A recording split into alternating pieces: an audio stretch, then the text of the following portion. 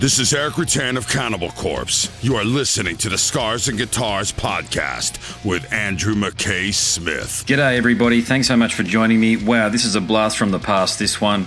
This is a chat with the great Peter Criss, the original Catman in Kiss. The conversation was conducted in early May 2017, so it has been available via the Scars and Guitars podcast ever since, but I'm now giving it to you, the YouTube audience, for the first time. Now, the catalyst for the conversation with Pete, well, you can always talk about a lot of things with the Catman, but he was performing his second last show. And I think he's kept to his word on this one here, which is unusual for Kiss, let's face it. But in Melbourne, he was playing on May 12 at the Sofitel Ballroom there. So he did an 11-song set down there. And I got to say, I found Pete to be an absolute gentleman. And this was about the third or fourth chat that I'd ever conducted for the podcast. Sorry, not even for the podcast, interviewing in general. So, yeah, I was a bit nervous before this one here, but I needn't have been because Pete, he had plenty of things to say, certainly in the allocated time that I was given, which I stuck to. So that's why the chat's a little bit shorter than maybe the seasoned listener to the podcast might anticipate. But it's all value, all gold in this one here. Here he is, Peter Criss from Kiss. Hello. Oh, hi, it's Andrew McKay Smith calling. Is this Peter? Andrew, how you doing? I'm waiting for you. All right. Yes, it is. I was like, oh my God, my last I could get. It's night. Well, it's nighttime here, so I'm kind of like in my PJs. I'm getting ready to hold up to the TV. Get up to the TV and get some cookies and milk, man. Good on you, mate. Mate, what's on the agenda for, or what do you watch when you go to sleep, mate? I want to get every detail, as much as detail as I can capture from the great Peter Criss. I don't know. I love everything. There's so much crap on the reality stuff. My wife and I now on the chat with good stuff, but let's talk about the gig with God. This is going to be pretty cool, I think. Wonderful, wonderful. Well, mate, I'll kick things off then. And as I said, you are a revered drummer, and when you get the opportunity to chat to one of the most influential drummers in the history of rock and roll, it's rather a daunting task to choose an opening question. But I think I've got a good one to start the interview, so here goes. What were your thoughts when you first started your career as a recording musician in the band Chelsea in 1970? Did you think the ensuing 40 or 45 years or so would contain as much success and all of the different roads that you've travelled? I'm very proud of Chelsea. When I started recording, I really thought I was going to make it. They were extremely creative. I just got off with a gentleman knew about Chelsea. And I was very freaking because these guys were young. They were from college. And we were all into, 69, man, only Knackle. And I was very influenced from the Aeroplane to the Doors to Hendrix to the Mothers of Invention. So these guys were too, and they were from the Village. And so when we found out that we were going to get produced by Lou Meritstein, who did, Astro Weeks, well, Van Morrison, I flipped out. I was like, holy shit, we made it. Like, he's a genius. And I thought, look at the work on, one of my favorite albums is Astro Weeks from Van Morrison. Sure, and right. we got the Velvet Underground, we got John Cale to play electric viola. So this was really cool. Like all of a sudden, all these very hip. We recorded in Chelsea, down in Chelsea near the Chelsea Hotel, so it couldn't get any better. And like all these amazing guys are working on the album that did Astro Weeks, and some of the guys from Louis dropped in and saying hi. So I was as a young kid, like my God, 20-something-year-old drummer. And I was freaking out. I did all those club days and worked it, and oh my God, we're going to make it. But as fate would have it, we didn't. And I was very influential with these guys as far as I didn't get to sing, would have been nice, but they let me really arrange a lot of their stuff because they weren't really savvy to rock and roll kind of. They were more funky kind of guys that wanted to do more, Birds or more Dylan and I'm like, no, we got to do this a little more Stonesy, and we have to do this a little more back. So it was a real, and they were really sweethearts. So half of them are gone, and I dedicated my first album, Mike Bentanga, my first song to him, because he died at 42 of smiling. What a great bass player. So, and then out of the band, Sam Benridge stayed with me, and we started a group called Rips, which is outrageous. And then that kind of fell apart, and then I met Gene and Paul. Yep. But Stan and I always wrote together. We wouldn't stop writing together, so thank God, because we wrote that together. And well, that's one of people's choice, and that's the biggest hit the band's ever had. I'm very proud of that. And so most of all our songs were Chris and Penry's songs. So a lot comes from Chelsea. That's been very good luck for me. All the years, almost cool tunes, Dirty Living, or whatever we might have done. Plus, we're really a Stan Penridge in my word. So I read your biography, and it was one of those books that I read in a few days as I simply couldn't put it down. And you come across as very frank, open, and willing to share your thoughts. So would you say that fate has a plan for us all? Yeah, I do. I think God, I'm a big God guy, obviously. You can tell in my book. I'm a 10-year, going on 11-year male breast cancer survivor. Sure, yeah. And I'm very proud of that. I've gotten a major amount of, nice awards for going out and being an activist, because men really are not educated in it. And it annoys me because it's 1%, but if it was your dad or my brother, we'd freak out. And when I got it, my wife freaked out.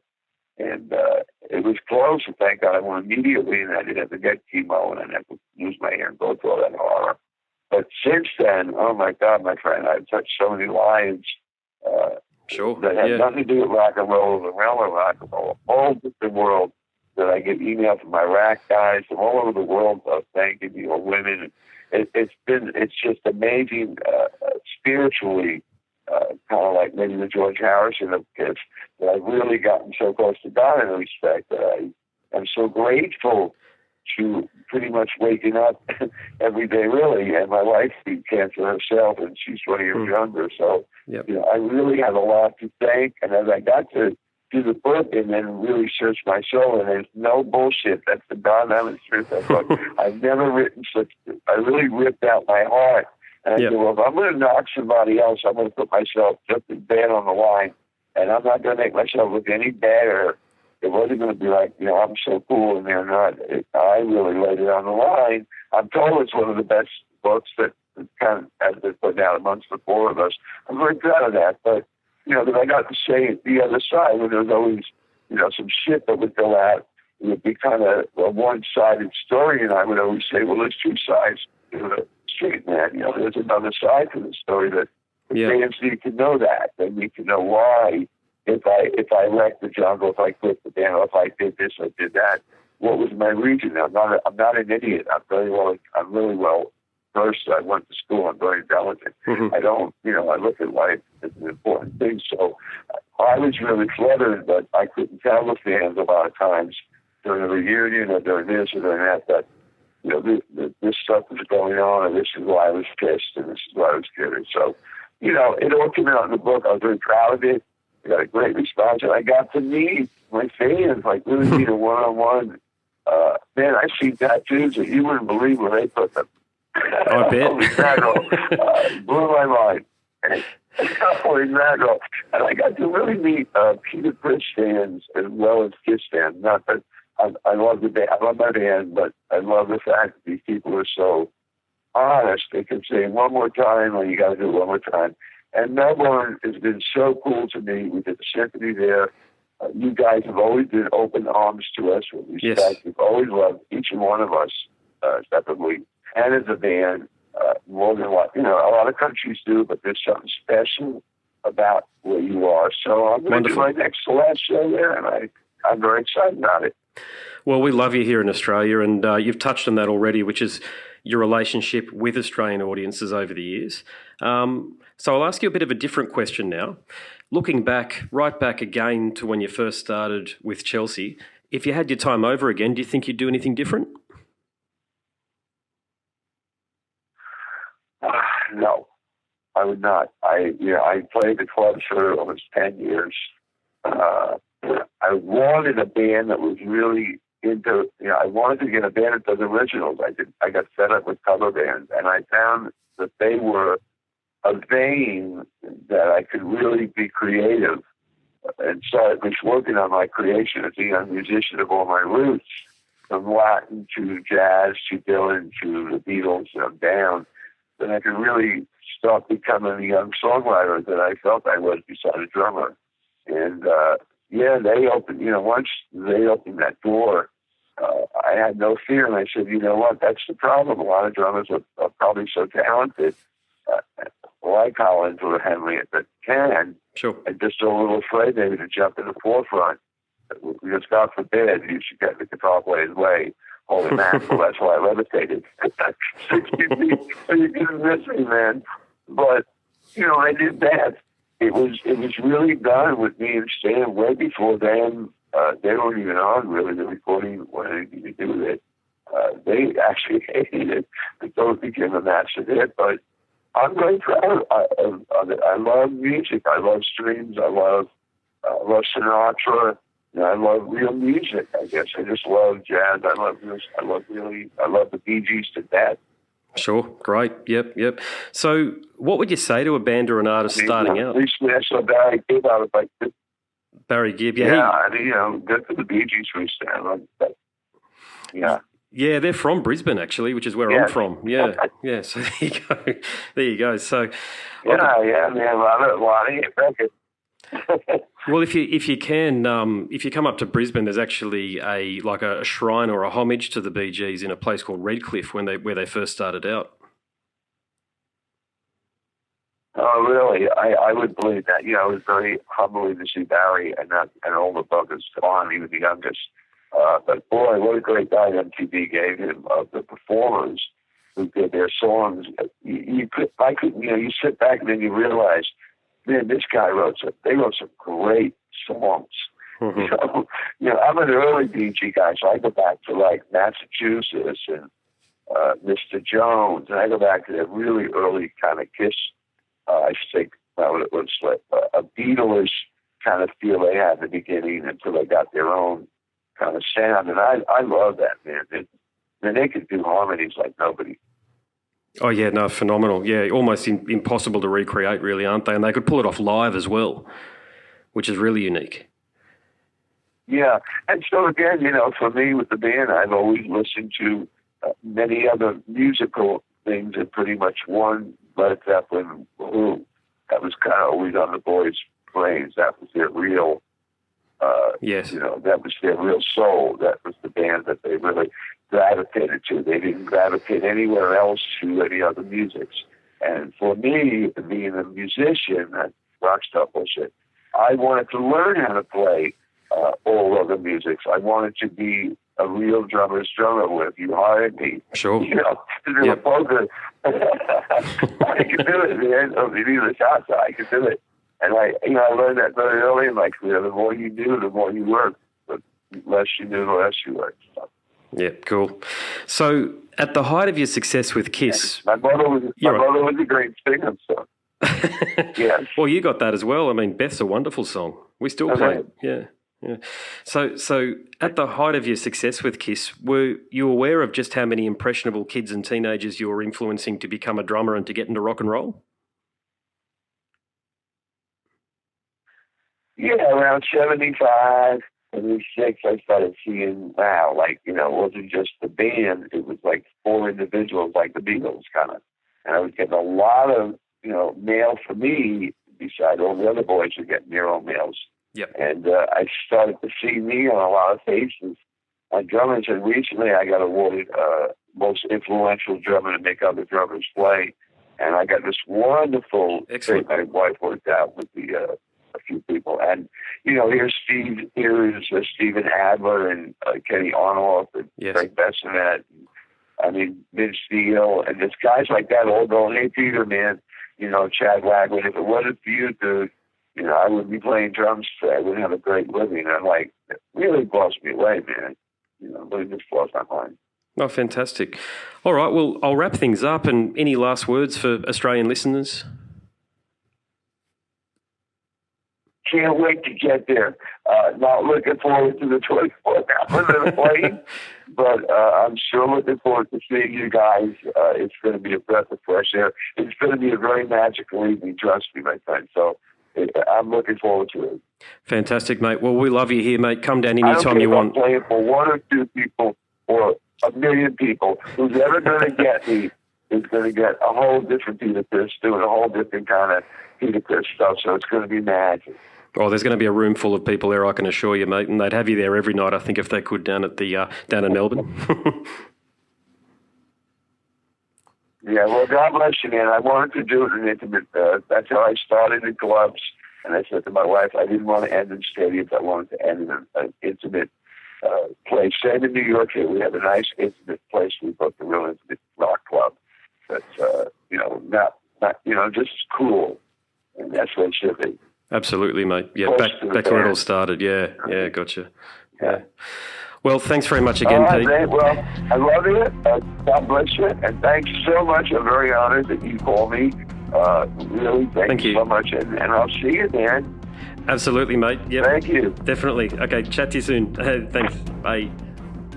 Fascinating stuff. I'm really grateful that I had that opportunity way back in the day to chat to Peter, because he doesn't do many interviews, and there were only a few that were allocated in advance of those shows, or that show down in Melbourne, because frankly a gig like that sells itself without much promotion. There are so many hardcore, deeply invested fans of the group across Australia, but particularly in Melbourne. Now, if you like that one, there are more just like it over at scarsandguitars.com. Whilst you're there, check out my book. You can click the link in the banner, and if you do complete the purchase after you've had a bit of a read before you buy, that sort of thing, please do hit me up on socials. I'm easily found because I want to thank you in person. And there's some more information to share with you about the book in the moment. But before we get to that, I need to bid you a fond farewell. My name's Andrew Mackay-Smith, and I'm the host of the Scars and Guitars podcast. Until next time, it's a goodbye for now. This is Eric Rattan of Cannibal Corpse. You are listening to the Scars and Guitars podcast with Andrew Mackay-Smith. I've been the host of the Scars and Guitars podcast since 2017. The first musician I interviewed for the show was David Vincent from Morbid Angel, and things have just snowballed from there. In all, I've posted almost 650 podcast episodes featuring conversations with many of the leading lights of rock, heavy metal, and beyond. It just got to a point where I thought, I need to write a book about all this, so that's exactly what I did. In Scars and Guitars Volume 1, you'll read a heap of deep reveals and commentary, such as Des Fafara talking about Coal Chamber and why the band will never return. You know, if you're a band just starting out, you need to hear me. Do not start a band with partners. Ever. Yeah, wise words there. Sage advice, mate, for anybody. Don't ever, because I can't go do Coal Chamber right now unless I get others involved. Phil Anselmo talks about the episode in his career which gives him the greatest sense of accomplishment. I think the staying power of the fans and the staying power of the songs, you know, whether it's Pantera, Down, or Superjoint, the fans remember the songs. Alex Skolnick from Testament confirms that, yes, playing the guitar in Ozzy's band is anything but an ordinary gig. Will Silent Oz from Dimmu Borgir write a book? Pa from Sabaton gives advice to people who want to start a band. Look at the team around you, look at the bandmates. If the guys want to be on the stage, then it's all cool. If the guys want to be backstage, then it's not going to be cool. Current and former members of Cradle of Filth discuss the band's seminal 90s material. Read about the reaction to George Lynch and Mark from Suicide Silence's comments when they throw shade at then President Donald Trump. We have this idiotic monster, you know, this egotistical, self-aggrandizing, complete piece of shit in there. I just can't understand how we've gotten to this place. And yeah, we kicked a hornet's nest with Sepultura. Percussive overlord Gene Hoglan talks about recording with Chuck Schuldiner. Chuck was always, he was very open-minded, and he was into having his musicians that were playing with him just reach out for the best stuff that they had. Phil Campbell from Motorhead discusses what it takes to get sober. John Five answers his critics who dismiss his tenure with Marilyn Manson. my name is John 5, and Manson gave me that name, and I had some of the best years of my life in that band and learned a lot. And we get the lowdown on Trey Exagtoth from those who would know, including his mother. All across Scars and Guitars Volume 1, there are moments of tension, relief, tragedy, exhilaration, and throughout it all, you'll obtain insight that I believe no one else has managed to obtain from many of your favourite artists. So treat yourself. Scars and Guitars Volume 1 is currently available as an ebook with a print edition on the horizon. Follow the links attached and download a sample. I'm sure you'll be compelled to read the whole book.